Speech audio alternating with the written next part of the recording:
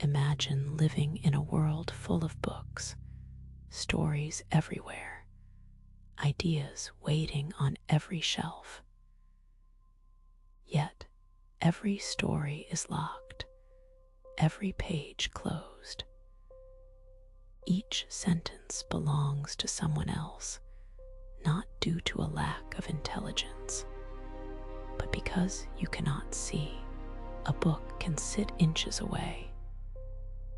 You can touch its cover, feel the edges of its pages, and smell the ink and dust within. But the words remain silent, trapped behind the pages and in the eyes of others. Unless someone reads them aloud, the book remains a prison of silence.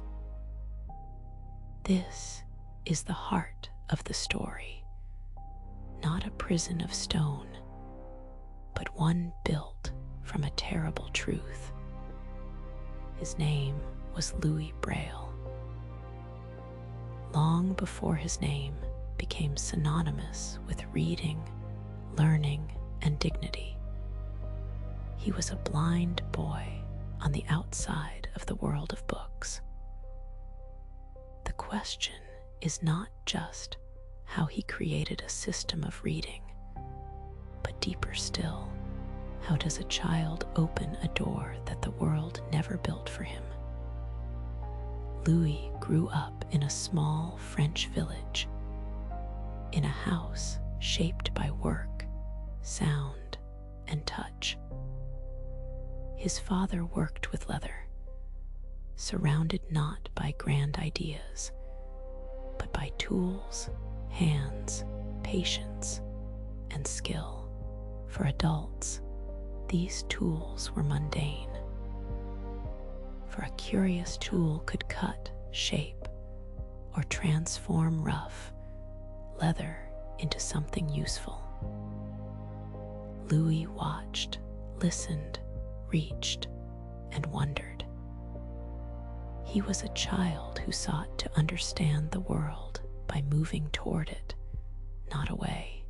Yet one day, curiosity led him too close to danger. A small hand reached for a sharp tool, and in a moment, everything changed.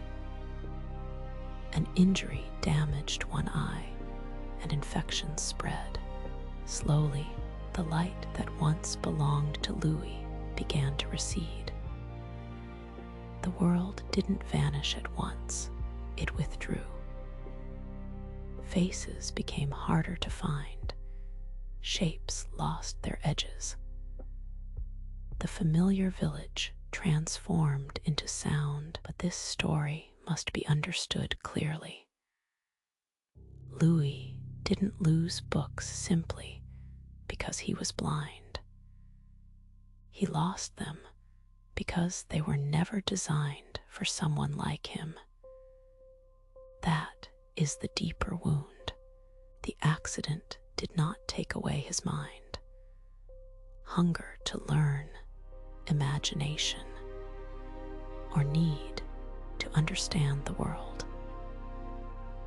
It merely took away the doorway other children used daily without noticing, where others could look at a page and enter. Louis could place his hands. He learned to listen more carefully, understanding the language of footsteps, voices, walls, and familiar rooms. The world still spoke to him, yet it spoke differently now. A voice could guide him, a hand could help, a memory could lead, but help is not freedom. Listening is not reading. Having someone open a book is not the same as holding the key yourself. Deep within, Louis's hunger to learn didn't fade with the light. It grew stronger. That hunger eventually led him from his village to Paris. To many, this was already a miracle. A school meant blindness didn't have to close every path. It meant teachers, lessons, classmates, a sanctuary where children without sight weren't seen as empty or forgotten. For Louis, it felt as if he had finally reached the world of books. Yet upon arrival, he discovered something painful. The door was only half open. The school had books for blind students, yet they were difficult, slow, and heavy. They used raised letters shaped like the printed alphabet. A student could feel the outline of a letter, trying to follow it with their fingers.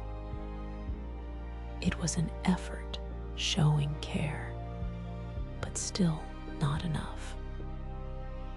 The raised letters were so large that books became enormous, expensive to make, hard to carry, slow to read. Writing with them was even more difficult. Louis was closer to books than ever, yet still standing outside. That proximity made the pain sharper.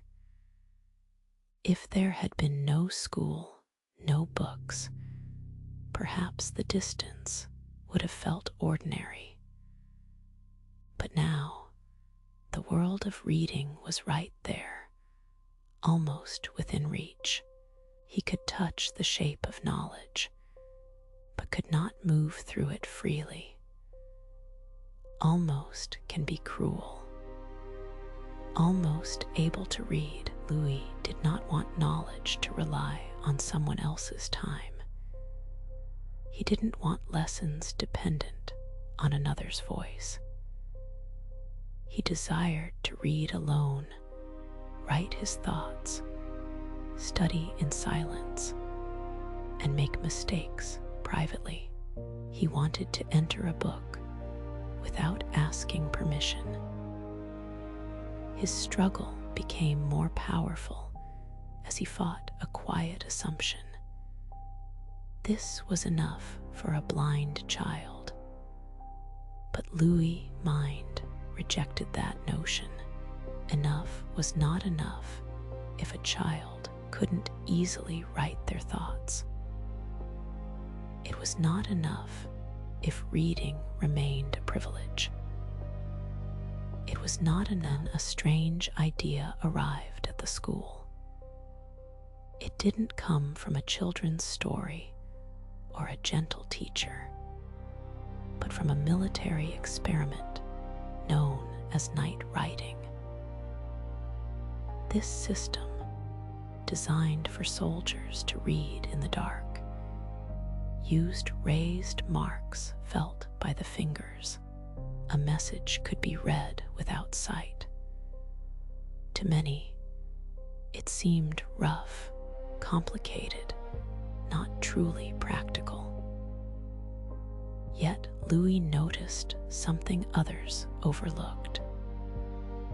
This idea didn't ask the eye to perform what it could no longer do. In that difference, Louis felt the first shape of a key, not a finished key, not a perfect answer, but a possibility. Sometimes, possibility is enough to keep life moving. Quietly, Louis began to work.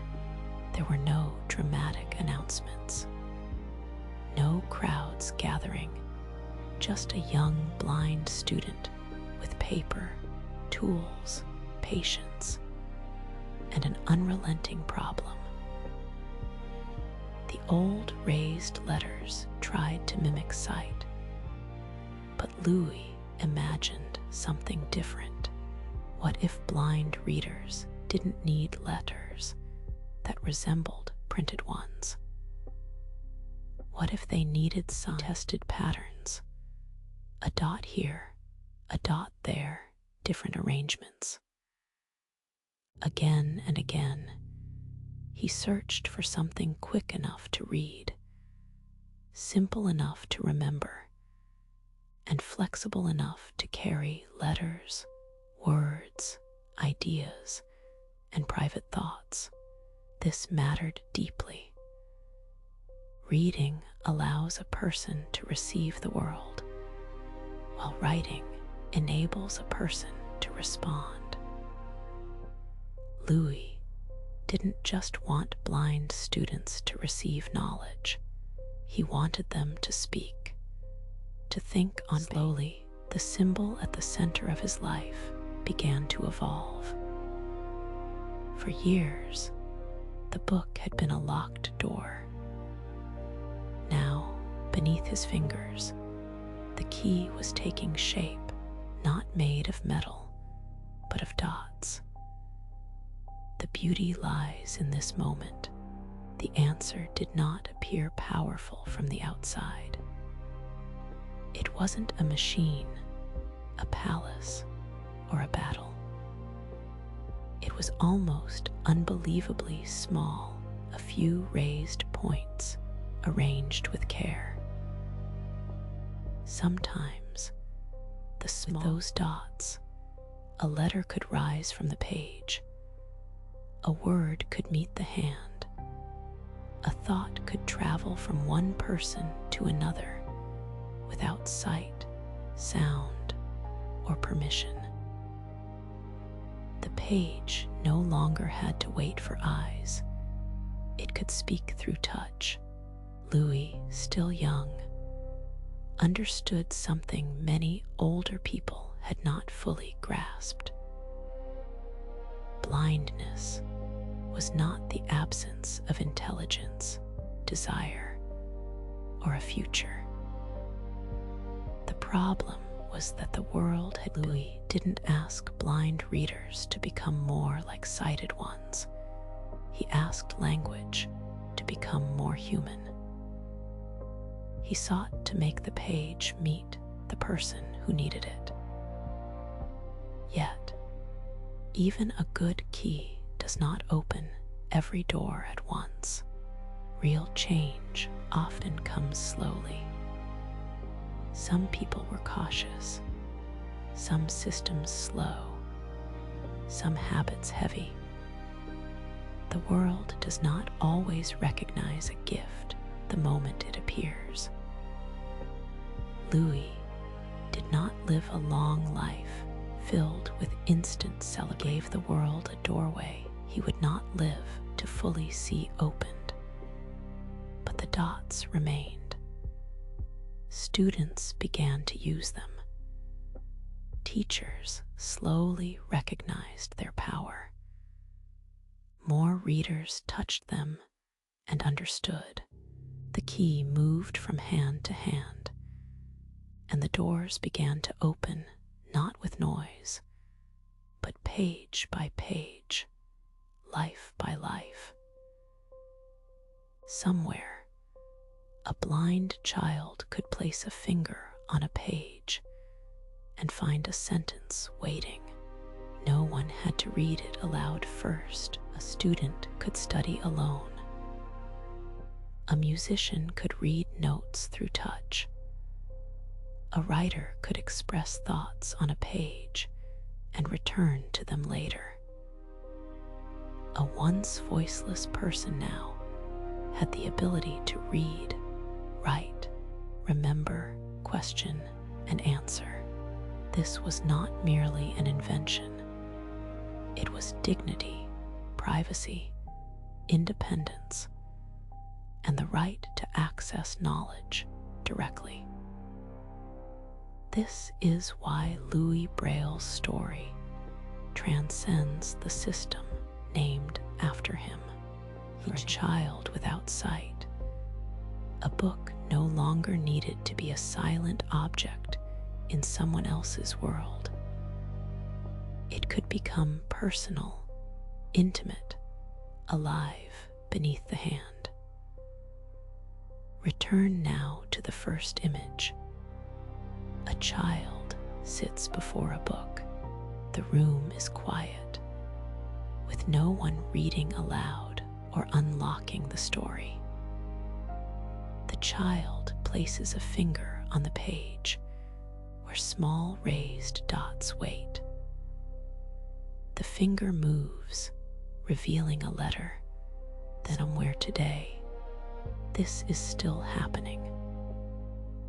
A child who cannot see enters a book, not because someone else opened it, not because another person became the doorway, but because a blind boy long ago refused to stay outside.